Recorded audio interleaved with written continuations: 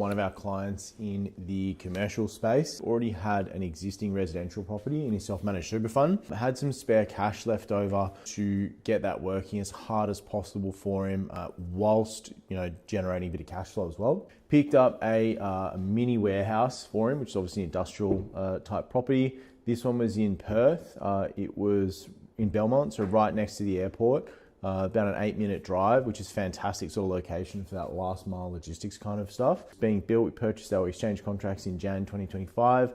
We purchased at 368,000, 120 square meters internally, so sort of like a mini warehouse, pretty small. Had the mezz though, a rental appraisal 25 kPA, which works out to be a 6.8% net yield. So our yields are net, not gross, in that the tenants that then occupy the property actually pay all the outgoings, as opposed to our resi stuff where the landlord is paying like all the council rates, the insurance, any strata. Once it's tenanted, it's very sort of hands off and works really well in that, we've typically got a longer lease term.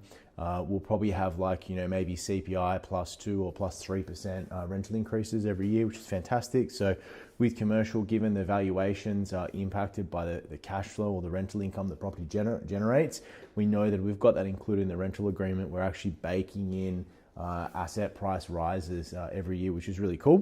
Perth at the moment has got the lowest industrial and logistics vacancy rate in Oz.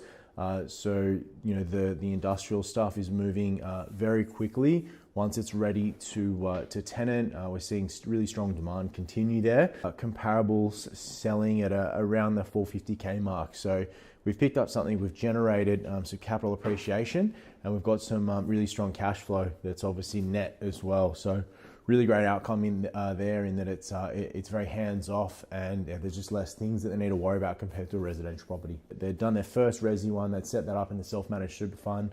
That was in Queensland. That had been performing really well. We wanted to deploy the extra capital in the SMSF. We wanted to give it exposure to obviously property, but we moved from resi into the industrial space. We were able to leverage out at 80%, which was fantastic. And yeah, I think that was a really nice sort of asset to complement the overall property strategy inside the self-managed super fund.